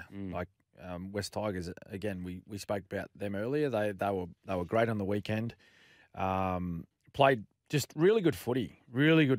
And I'll tell you who I was super impressed with was Dane Laurie. He was so good. So good, yeah. He was so explosive, really every time he touched the football, you just thought, something's going to happen here. Yep. And he made it happen. He just that great support play on the last try that they scored to set up a try down that right-hand side. He's such a good player. Such a good player. Just with Dane Laurie quickly, when he came onto the scene last year, I was really impressed. And then this year I was a bit concerned, does he have what it takes to take that next step into that top-tier fullback? The game on the weekend for me was probably the closest I've been to saying, you know what, I think he does have what it takes to become that, next tier of fullback that can win a comp kind of thing. Yeah. Now, I'm not saying that they will win a comp. What I'm saying is that to win a comp, you need a level of player across the board, especially in key positions. And I think Dane Laurie may be able to progress into that. After seeing what he did on the weekend, he was amazing. And he had everything. He had ball running, ball playing, ball support. Yep. Defense was great. But I think the Broncos too good. They're a footy side at the moment that are high on confidence. High on confidence. Yeah. And they did a really good job through the Origin period where they were missing several players. They were missing Payne Haas there for a couple through injury, and they went out and got the job done. They got all those players back last week, and as I said, they looked a level above Parramatta. They really did. They outplayed them in every facet of the game. And, Selwyn Cobbo's yet to return. Billy Walters comes back. I think that's although Jake Turpin was really good last week. Yeah, he was good last week. He broke his finger, though. So he's out of the footy side. But, back at home, playing West Tigers. If they turn up with the right attitude, which they have, I've been super impressed with them all year with the way they approached the game mentally. They've attacked footy games. They haven't gone out and just gone, let's see how the opposition are going to play today. and then we'll play accordingly. They've just gone out and attacked the game and played with such great energy and enthusiasm. If they do that, they get the win this week, I believe. Yeah, I think so too. If they don't take Tigers lightly, I think they get the win. But the Tigers have proven they can take it to the top tier teams. They proved it last week. So there's no reason why they can't do it to the Broncos, because Cowboys are higher on the ladder. So going to be a cracking match. Now, got some text here. Gents, if by some miracle Para beat the Panthers again, psychologically, if they ever meet in the semi-finals or in the semi-final, how much does that affect the Penny Panthers, Para George? Look, I don't know. I don't know really if that would affect them too much. It'd be in the back of their mind. There's no doubt about that. And they'd also think back to, was it just last year, where they only just went past Parramatta by 2 points. Yeah. And many would say that Parramatta were dudded by a call late in the game, where Luai held back, I think, Dylan Brown on a kick chase, and that should have been a penalty. But they and then let the it trainer go. also stopped the game when they were on the momentum. Yeah, on the try line. Yep. Yeah. So many people believe that Parramatta could have beat them in that semi-final too. Played at Mackay. Look, I think if they were able to come up with a victory, an unlikely victory this week against Penrith, no doubt that would be in the back of the Panthers' mind come semi-final time if they met again. Yeah. I got another text here. Hey guys. Devontae here. Question for Beacon Smithy. Who was a player who had the most chat while playing against, in brackets, didn't shut up? I got one. Yeah, you go. Wendell Saylor. And there's two, really. Wendell Saylor absolutely sprayed me on I played him on his game back into rugby league. First game back. Yeah. I couldn't believe that I was standing across from like a Broncos legend in Wendell Saylor. I also couldn't believe how big he was. I was like, how is he so big and fast? He did not stop spraying me. All he kept saying was, you're not playing soccer now. Go on the outside. I dare you to go on the outside. I dare you to go on the outside. So a lot of chat. And also another guy that chat a lot was Rod Jensen from the Cowboys. Oh, really? A lot of chitty chat from Rod Jensen from the Cowboys. Rocket Rod. Now, you got your person? No, I've got no one. Got no one? No. You didn't play much footy, so you wouldn't probably have much to pull from. We're going to head to a break and see you on the other side. Holy Schnitz. Time now for the sporting highlight of the week. Thanks to Schnitz, home of fresh, golden, handcrafted schnitzels. Welcome back to the Captain's Run with Cameron Smith. I tell you what, they could hear me yell holy schnitz all across the land, Smithy. Yes. All across the land. When was this, though? This was at the ending to the Cowboys and Tigers match. Seriously, I yelled so loud. There was a noise complaint. The cops rang me and said, mate, are you partying? I said, no, I'm yelling holy schnitz. The Cowboys just robbed the Tigers of a victory, a famous victory. Imagine having a schnitty party. Oh, mate, a schnitty party. I tell you what, I wouldn't mind a schnitty party right now. We might be having one at the end of the show, Tom. Oh, are we? Surely. Can we get a thumbs up? No, nothing. Oh, he said no. He said no. Oh. Righto. Okay. What do we got there, I Smithy? don't know. I'm just going to be flat for the rest of the show now. Same. Matter of fact, let's back her up. Protest. Let's protest. I want to protest, Smithy. You going with me or what? We'll get this seg out. Okay, we'll think about it on the news break. Okay, sweet. Who's your holy schnitz, mate? So you're done. That was it? That's it. That was it. My holy schnitz moment, right? And get this, it's pretty ironic. It was happening like within the space of 10 minutes of that game. It was Collingwood v Essendon in the AFL, and Jamie Elliott kicked a goal after the siren, much like Val Holmes did for the Cowboys to win it for Collingwood. Now this is this is a proper rivalry. Yeah, okay. In AFL circles, like the Pies v the Dons. Would it be like Roosters massive versus Rabbitohs? That kind of rivalry? Yes. Okay. Like they dislike each other. And I'm like MCG. I think there was like 80,000 there plus. Wow. You know what I mean? So and he's kicked it from outside 50 in the pocket, so close to the boundary, like really tight angle. Yep. And nailed it. Wow. That was my holy. And you were like, holy shit. And I'm thinking, mate, if you could, like seriously. You've been to the G. We went to the G at the start of the year. Went to the G at the start of the round. year. It was great. A great night. It was the season opener. So imagine being on that field, right? Siren's gone. You've got a kick from outside 50 and you nail it in front of 85,000. 85,000. How good. In a rivalry match. How good. Literally doesn't get better. So good. So well done to Jamie Elliott and the Pies. Great win. commiserations to all the Dons fans out there. Yeah, Bombers. sorry about that. They were our holy schnitz sporting moments. Thanks to Schnitz. Got that winning taste right now. Schnitz handcrafted schnitzels made fresh and made just for you. After the news, we'll continue our round 20 preview. Welcome back to the Captain's Run with Cameron Smith. Yeah, we decided to stick around. Well, yeah, look. He wasn't willing to protest with me, people. He wasn't willing to protest with me. And honestly, if I walked out, I probably would never be allowed back in the building. So now we've got some news that have just broken. Breaking news: Luke Brooks has reportedly injured his calf and may be out for 4 to 6 weeks. Tim Sheens has been quoted by saying he's definitely out this week, won't be travelling with the side, but potentially could miss the remainder of the season. Wow. That's a huge out for the Tigers trying to stay off the bottom of the table. I will say, though, there is a silver lining. It gives the Tigers an opportunity to work with Hastings and Dewey in 6 and 7. Okay. Which you've been talking about now for some time. For quite a while. Do you think, what's crazy is, do you think Brooks will be at the club next year? It probably will be. Like when you listen to him talk, like when he come out and did that presser, Didn't and he seem spoke like he about was that like keen. he's just like I'm going to do what's right for me. Mm. Yeah, it doesn't seem like he was keen to stick around. Yeah, I don't know. Like, does his mindset change now with the whole Benji Marshall thing? Like saying like I'll transition into a coach. Like he's doing a 2-year sort of apprenticeship as an assistant. Even I think Benj. 3-year even. Yeah, so I don't know. Maybe he thinks, look, I might stick around and be coached by Benji. Surely too much has happened. Yeah, possibly. I'm just tossing up scenarios for sure. But yeah, that's big news out of Tigerland. Big news. But Brooks out. Silver lining, let's just say Brooks isn't there next year.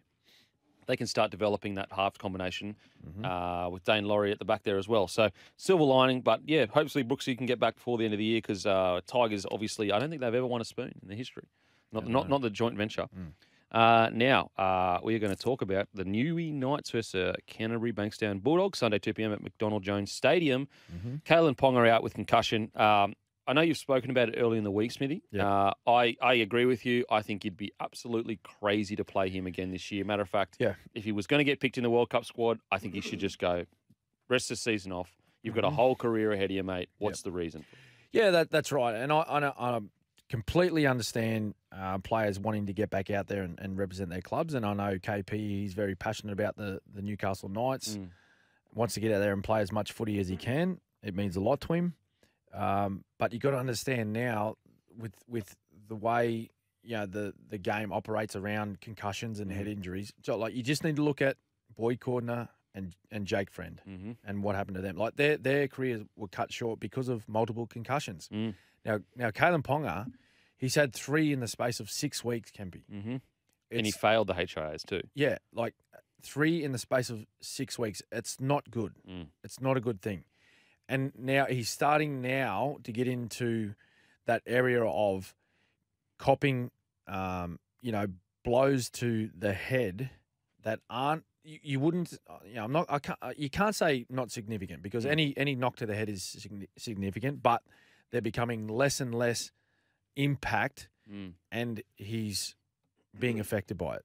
Yep. Now I believe, like just from a former footballer and watching plenty of like tackles and head knocks and whatnot, you could say that about Boyd Cordner. Now you look at his last concussion in State of Origin, like he went in to attempt a tackle on Felice Kafusi, and it was like just a glancing blow of Felice Kafusi's arm, and he fell to the ground. Yeah, and that did a lot of damage to him. So he stumbled around everywhere. He got taken from the field, and we didn't see him again. Yeah.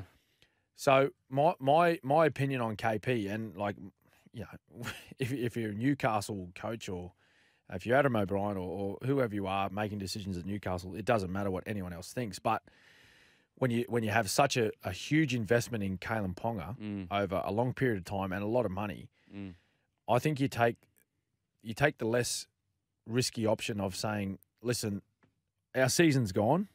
Like I don't think they can play finals now. Like it's just mathematically impossible. I think they had to win last week and every other game for the rest of the season to be a part of finals. Yeah. So they lost last week against Roosters. I just think you say, mate, for your own welfare first and foremost. But if you want to continue your career, I think it's best that you just sit out. Because if he's to come back, right? If he's to come back, let's say he has a week, 2 weeks off. Yeah. okay, comes back and suffers another concussion in the remaining 4 games. That's 4 concussions in the space of 8 weeks. That's when he gets into the territory of a medical expert saying to him, mate, I think you need to give it away. Yeah. Oh, I don't think you should play rugby league anymore. which is crazy. I mean, yeah. So why take that risk? If you know that, look, your team's no chance of playing, and again, mate, I go back to saying I completely understand rugby league players wanting to be out there playing and helping their football side. Yeah. But if it's at the cost of what, another 8 years possibly? Yeah. Like KP's only what, 24? 24, yeah. 24, 25, something like that. Like he could play for potentially another 10 years. Yeah. I mean, with science, it could be 15 years with science. You know, technology. you just, I don't know, like it's very risky. In my eyes, it's very risky. And with the position that his club's in at the moment, I just think just have a rest for the rest of the year. Yeah. Come back fit and healthy next year. Mate, absolutely agree. I also think that, it couldn't hurt for KP to give Boyd Cordner a call and say, mate, what were you feeling with it? What are your thoughts? Because I spoke to Boyd about it on my podcast, and he said, the tough thing was he felt like maybe I was a little bit in denial. For example, like the last few hits that weren't as, hard. Yes. When he was in it, he was like, nah, like I don't think that at all. Like Yeah. I don't think. But he says maybe looking back Looking now, back at it, yep. I think maybe they were a bit not as hard as. Yeah. And again, that doesn't question anyone's toughness. That is normal. If you get enough head knocks, you can be the toughest bloke in the history of the world. Yes. It doesn't matter. It doesn't matter. So, yeah, I just think for the safety of KP, he hasn't come in close to the heights of his career that he's going to reach, in my opinion. Mm-hmm. Have the rest of the year off. And, yeah, have the rest of the year off. Now, this game, though, without Kalen Ponga, the Knights versus the Canterbury Bulldogs, I actually see the Doggies winning. I'm loving the way the Doggies are playing. I love their style of footy. Yep. Mate, I'm with you. I'm actually with you. Yeah. I think they're a much improved footy side over the last month. Corey Waddell is out of the side, of course. Yet to be confirmed who will take his place. But what are your thoughts on that? The 5-week suspension for that. Alleged. Well, the match review committees and judiciary in general, they've had a pretty dim view over like hands around eyes. They just don't like it. Yeah. And I don't know how many people have gone to the judiciary and been successful, like getting off or downgrading, even downgrading. I think they just think, mate, like, why's your hand there? Shouldn't have been there. Yeah. Not a great look. We're not going to... Very silly. Very silly to put him. Like, yeah. It's like, is it worth trying to get him on his back? Like, I can understand where Corey's coming from, where he's just... Like, let's say, we could look into Corey's head and know exactly what he's thinking, and we found out that he truly was just trying to get him on his back. I can understand where he would be like, I just put my hands in the wrong position. So that's where I'd be like, okay, maybe you could go 3 to 4 weeks. But the message that sends then is like people that do want to be a bit dirty can be like, you know what, I'll just say that I didn't mean it or whatever. Yeah, I didn't know where you didn't know where my hands were or, so it's a tough one. It's a tough one. Yeah. 5 weeks is a long time. It's a long one. But as I said, they've I think history shows they've had a pretty dim view over sort of hands being in that region. But yeah, mate, I'm with you. I think Canterbury get this done. Newcastle are just, I don't know what's happened up there. They're not playing any style of good footy at all. I mean, I look at them and then I look at the Broncos because I honestly think on paper, like I know Broncos now look incredible, but I honestly think on paper they're quite similar standard, like their sides. Yep. And I just look at the energy that the Broncos play with, and then I watch a Knights game and they just don't have that same energy, the line speed, the aggressive, defence, and that's where I think they're just... Well, they do in spits and spurts. Yeah. But just not on a consistent level like the Broncos have, mate. Yeah. And one of their greatest player ever, Andrew Johns, has come out and like he's even said like they've had a bludger of a year. It's been poor, unfortunately. It sucks because like footy's so good when you and Knights are going well. Yeah. And particularly when they're playing up at home. Like I don't know, like if you remember playing Newcastle at Newcastle, it's like awesome. The fans are so passionate about the footy. One of my favourite grounds to play at when I played there. They love league. They love their footy side. They just want their footy side to be doing well. They haven't done so well this year.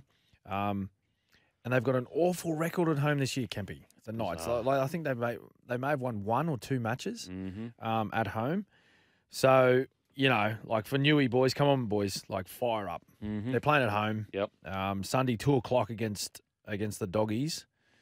Get a win for your fans, boys. If anything else, get a win for your fans. Yeah, agreed. Now to the St. George Illawarra Dragons versus the Cowboys, Sunday 4 p.m. St. George Illawarra Dragons, fullback Cody Ramsey out with a knee injury. So Moses Mbai starts at the back. Yeah. Jackie Bird moves to the centres. Tarek Sims comes into starting at lock and Aaron Woods joins the bench. And then the Cowboys, Toddy Payton is stuck with the same 17 that allegedly beat the Tigers. Ruben Cotter has been named in the reserves and could be named allegedly. Oh, man. Imagine if that goes to court and that gets overturned. It won't happen. I don't think it'll happen. The precedent will be crazy. Oh. Hey, Ruben Cotter. He's back. Well, he may play. Possibly. Oh, he's named on extended bench. Yeah, extended bench. Okay. Look, I think if he's ready to play this week, give him another week. Yeah. You know what I mean? Yeah, I know what you mean. Hammy, yeah. It's so, like, what's Sitting the point? second. What's the point? Seriously, you're ahead. You're definitely going to finish in the top 4. Yeah. You'd rather be 1 week longer than just cherry ripe. Absolutely. And that's where I find it, like, if you're naming him in the extended squad, then he's not ready. Yeah. Do you know what I mean? Yes. He should be named. If he's good to go, mate, you're 13. Absolutely. Straight in. Or 10. Like he's worn 10 this year. It's crazy. Absolutely. Yeah, I think they would have got a little lesson last week of mental preparation, particularly for these teams that are not in the top 8 or fighting for top 8 or sort of season gone. Yeah, I think Cowboys here. Cowboys. I think Cowboys. Yep. I think that. Yep. What are you sensing an upset? I'm sensing maybe an upset. Are you really? Yes, I think I am. I thought the Cowboys, you know, the last 4 weeks they've conceded 26 points on average. No, they have, and they weren't great last week. Like, let's be honest. Like they showed no respect for the football. Like they were dropping it in the play of the balls. They were simple things that we've seen them do so well throughout the year, which is why I think they went in a little bit too confident last week. Personal point of view, may not be right. Yeah. But just watching them play, just like, I can smell a little bit of just overconfidence here. Yeah. Just thinking, mate, we'll be right. We're at home, big crowd. We're running second. How good's this? Yep. These blokes are last. Like, they're not going to put up a fight. Hang on a minute. Like, give them the ball. They're scoring points. What's happening? Holy schnitz. Your holy schnitz moment right at the end. They jagged a win. They got lucky. So lucky. They got lucky. They did. But I think that's just a nice little reminder for them, Kempy. Yeah. And sometimes teams, when they, like everyone has aspirations of going out at the start of the year, hey, let's go win a premiership, right? But like in the back of their mind, they're probably thinking, wow, like we've done better than what we actually thought we were going to do. Like we're sitting second behind Penrith. And they're a fair way back, but we are second. We're above some pretty good footy sides. Absolutely. And maybe they're just thinking, we're happy. We're happy at the moment. We're comfortable. And then when you get in that frame of mind, mate, it's just nothing ever good happens. Literally nothing. So I think that's just a little reminder to say, hey, boys, yeah, let's refocus, let's reset and get our attitude right again. Who would have thought the Eels, Roosters and Rabbitohs and Storm would not be in the top 4 at this period of time? Oh, man, but they changing of the guard, Rugby mate. League. Hey? Rugby League, the greatest game of all. The greatest game of all. We're going to head to a break. After the break, we're going to answer your texts. So give us a call, 1300 01 1170, or give us a text, 0457 736 736. See you after the break. Welcome back to the Captain's Run with Cameron Smith. Make sure to text in 0457 736 736. We've got plenty of texts here. Smithy. If the Storm lose 5 in a row, will we see the GOAT Cameron Smith out, put the boots back on? The important stuff. Gumboots. No, that won't happen. No, way too old. Too old. They'll be right.